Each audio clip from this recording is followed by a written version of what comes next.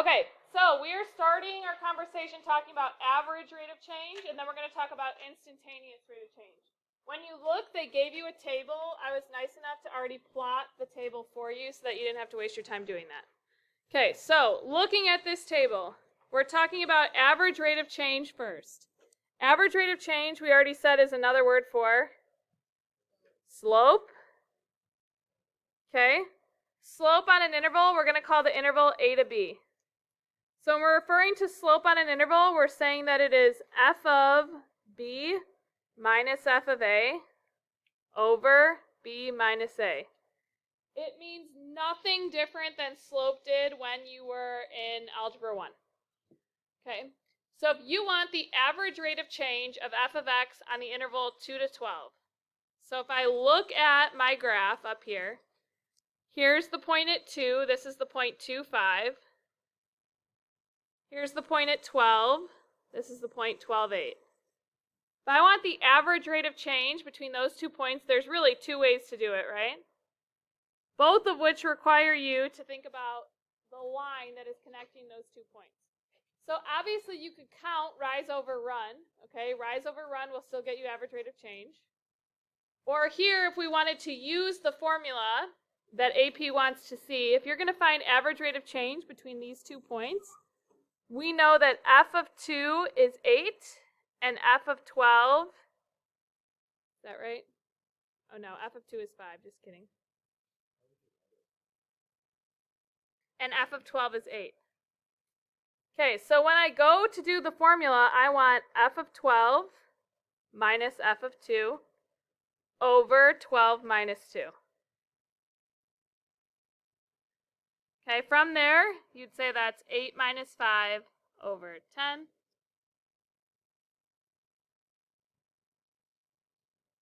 So 3/10.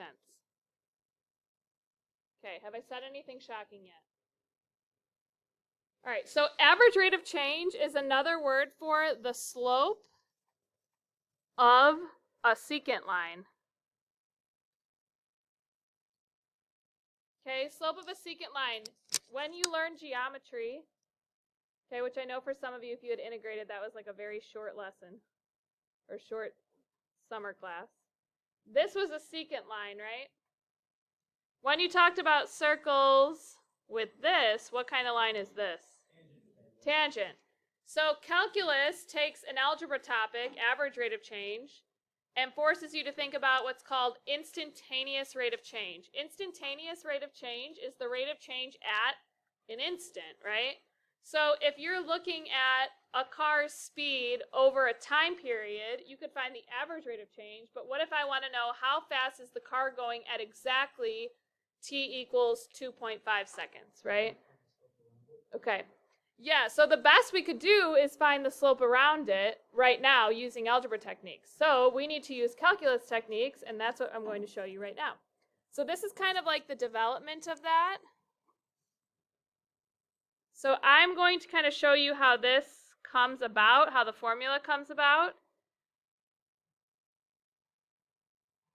If you have a question along the way, stop me. This is not so much like you're not going to have to ever recreate this. I'm not going to test you on it, but it's important, I think, that you know where the formula comes from. So I'm going to call this point, having an x value, I'm just going to call it x. So if this is x and it's the function f of x, then this is the point x comma f of x. Is everybody okay with that? Now I'm going to move over h units and plot another point. So we'll move right here. What's the x value at this point? X plus h. Thank you, Liam. So we started at x, we added h to it because we shifted over h units. Good. Which makes this the point x plus h, comma, f of x plus h. Now, this would be the secant line between those 2 points. So if I wanted to find the slope of the secant line, I would find slope the same way we've been doing it. y2 minus y1 over x2 minus x1, right? So my y values are f of x plus h and f of x, and my x values are x plus h and x. So if I was going to find the slope, I would say it's f of x plus h minus f of x over x plus h minus x. And obviously this x and that x can go away. So it's f of x plus h minus f of x over h. Okay, that's the slope of the secant line, but I just said if we want to know exactly how fast the car is going at a certain point, okay, or at a moment, or we want to know the slope of the curve at a specific value. Okay, so I want to know the slope of the curve at this value. We can find the slope of the curve by drawing a line that is tangent to the graph. If I know the slope of this blue line, then essentially I know the slope of the curve at this point. So how do we get from a secant line to a tangent line? If I were to take this point, and I'm going to show you on like an applet. Oh, I can't drop my computer. If I were to take this point, okay, so what we just said, if we move this point closer to this point, Noah said this h value, the distance between these points, would get smaller and smaller and smaller and smaller. He even used the word approaching. What is the word approaching in calculus refer to? What? No. We just took a whole quiz on it. Limits. Approaching is a limit, isn't it? So we have this formula right here, and Noah just said the h value approaches what? No, he said approaches 0, because the distance between the 2 points gets smaller. So the h value approaches 0, which is where the formula for instantaneous rate of change comes from. You know what we put in front of this? The limit as h goes to 0. Okay, this is how you find the instantaneous rate of change. It's also called the slope of the tangent line. It's also called the derivative. It's literally the building block of first semester calculus, okay? So when we do this limit formula, as h goes to 0 of all of this, we will get the slope of the tangent line at any point, okay? Or the derivative to this function, which helps us find the slope of the tangent line at any point, or the instantaneous rate of change at any point. So in this box right here, I'm going to rewrite the formula, the limit as h goes to 0 of f of x plus h minus f of x over h. And all of these things, rather than rewrite them again, well, I could just write it here. This is the slope of the tangent line at any point. Okay, I do want to show you if my mouse will work here. No. I do want to show you on here. So this is obviously a different curve, but you can see the secant line here, right? So if this is x plus h, right? If I take this distance and I shrink it, I'm going to show you when I drag this point, so hopefully if you didn't already believe me, based on my... Okay, awesome.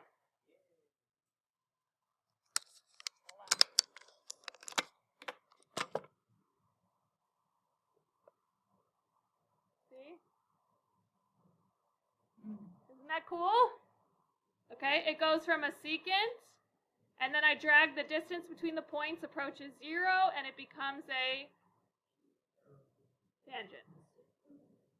Okay, so talking about instantaneous rate of change, we're talking about tangent lines, right? So the next question asks us, is the instantaneous rate of change greater at x equals 4 or at x equals 6? So I'm going to draw a tangent line at x equals 4. Here's a tangent line. Okay, I could probably approximate the slope if I wanted to, right? Okay, there's x equals 4, and then here is x equals 6. It's not perfect, but... Okay, which instantaneous rate of change will be greater, the one at 4 or the instantaneous rate of change at 6? At 4, why? The slope is steeper. Exactly. What do you think the instantaneous rate of change is at 8? 0. Yeah, because if I drew a tangent line here, it would be completely flat, right? So here, the instantaneous rate of change is 0. And actually, the tangent line has a slope of 0. Okay. So here we would say at x equals 4, the instantaneous rate of change, I'm abbreviating, is greater because the slope of the tangent line is steeper.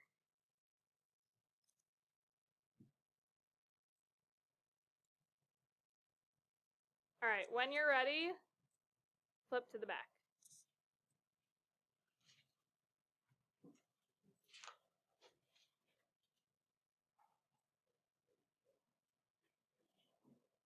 Okay.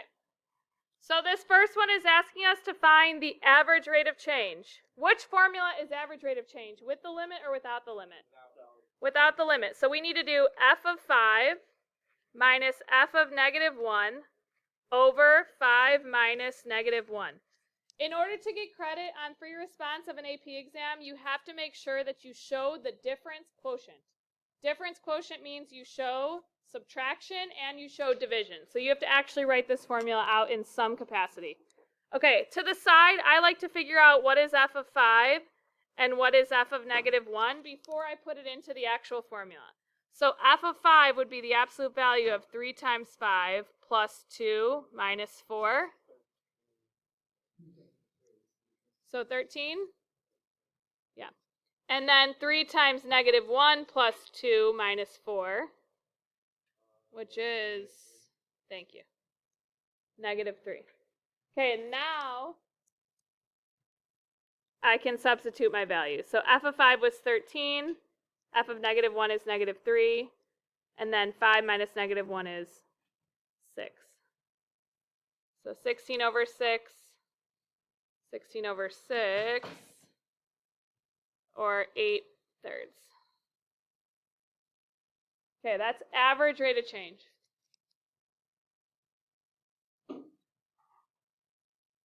Okay, same thing for number 2. It's starting, it's saying here is my function, x squared plus 4. I first need to calculate the average rate of change over this interval. This is A, this is B. So I need to do f of 2 minus f of negative 1 over 2 minus negative 1. Okay, these values are coming from the original function. So if I were to find f of 2 up here, right, and f of negative 1 from up here, f of 2 is 8. F of negative 1 is 5. So 3 over 3. So the average rate of change is 1. What that means is if I were to graph x squared plus 4, and I were to connect the points between negative 1, 5 over here, and 2, 8, if I were to connect those points, that red line would have a slope of 1. Okay, but I'm not in algebra anymore, I'm in calculus, so I want to know what is the instantaneous rate of change at x equals 1. Meaning, I want to know what is the slope of this green tangent line at x equals 1. Okay, instantaneous rate of change is where we have to use that formula. I'm going to write out the formula here, and then we're going to go real slow. Okay, I'm also going to rewrite my function over here so that I can zoom in.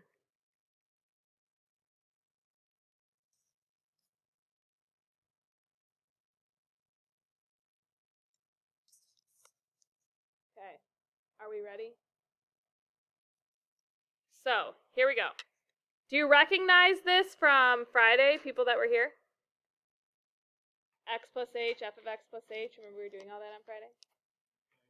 Okay, well, here we go. So f of x plus h.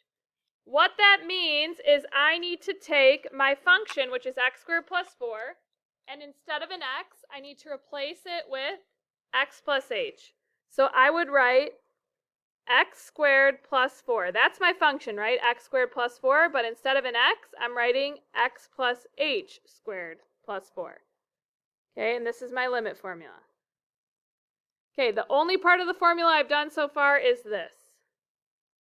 The f of x plus h. Is everybody good so far?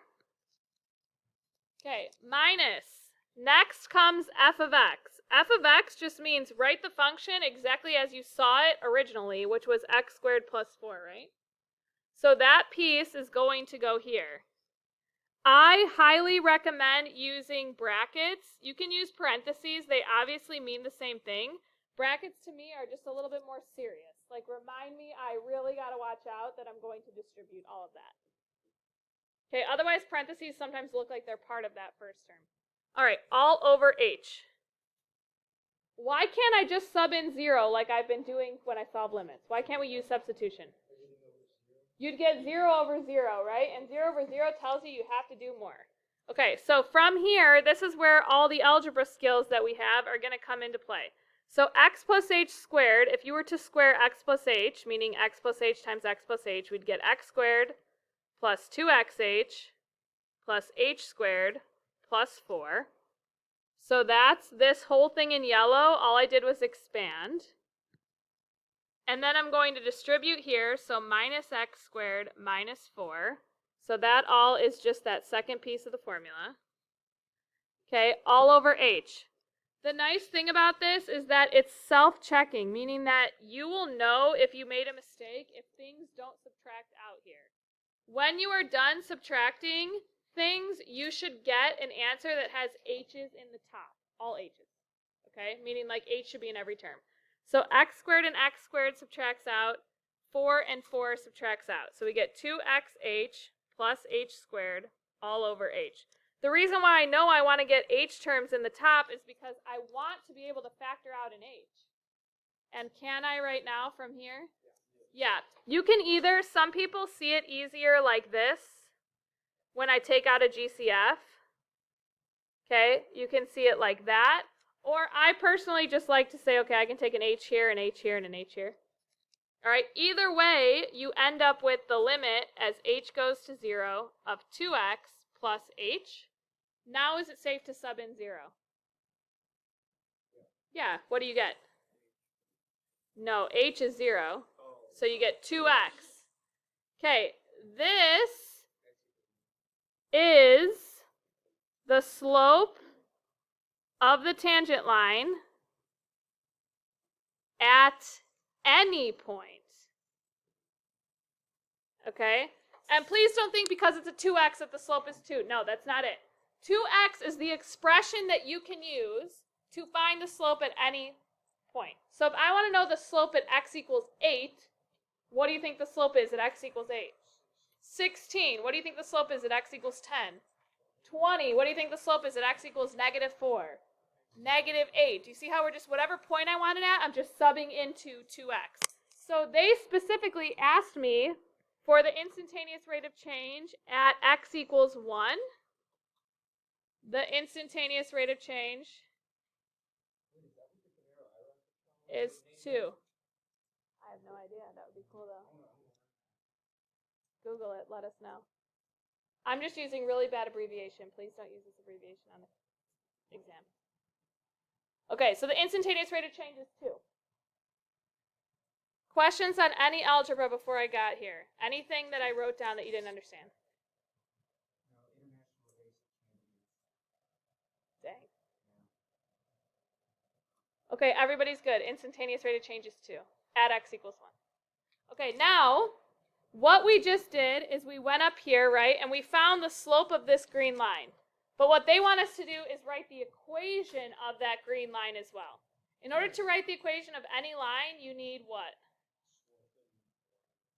Slope and a y-intercept, or slope and a point. You can write point-slope form as long as you have slope and a point. So right here, I need the slope at x equals 1, which we already found is not 2x, but 2, right? So we did 2 times 1, which was 2. Okay, so the slope is 2. We need the point at x equals 1. When you're talking about the equation of a tangent line, the point is the point on the original function. So what you're really looking for here is f of 1, which our function f of x was x squared plus 4, right? So f of 1 is just 1 squared plus 4, so it's 5. So your slope is 2 and your point is 1, 5. This is where I said, I think at the beginning of the year, that writing equations in point-slope form is the easiest way to get correct answers on a question like this, just because otherwise you're going to have to be stuck finding the y-intercept, which you're more than welcome to do that. But point-slope form would be y minus 5 equals 2 times x minus 1. Okay, this is the y value of the point. This is the x value of the point. This is the slope in front of the parentheses. Okay, so what we did is we wrote the actual equation of that green line that we saw lying tangent to the curve. Okay, normal line. People hear normal line and they think that's what I'm always asking for. We care about tangent lines in calculus. A normal line is perpendicular to the tangent line. Okay, so I mean, if we look back at this graph, perpendicular coming this way, right? Okay, we do not use the application of the normal line in Calc AB at least. I don't know, supposedly you do use it in physics, which maybe you all can report back to me once you start using it. But what's the only difference between a line and its perpendicular? Yeah. The slope is what? Yeah. Opposite reciprocal, right? Okay, so we're going to do the same thing. Y minus 5 equals, but instead of a 2, we're going to write negative 1/2. Opposite reciprocal for the slope. Okay. Now, if you're in physics, you might already know how to find a derivative. And I will be the first to tell you that is an advantage because you'll know that you got the right answer right away every single time we do one of these questions. It is my ask that you at least follow the limit formula to show that you can get there, because this is kind of like what calculus is built off of. This is how we develop the definition of a derivative.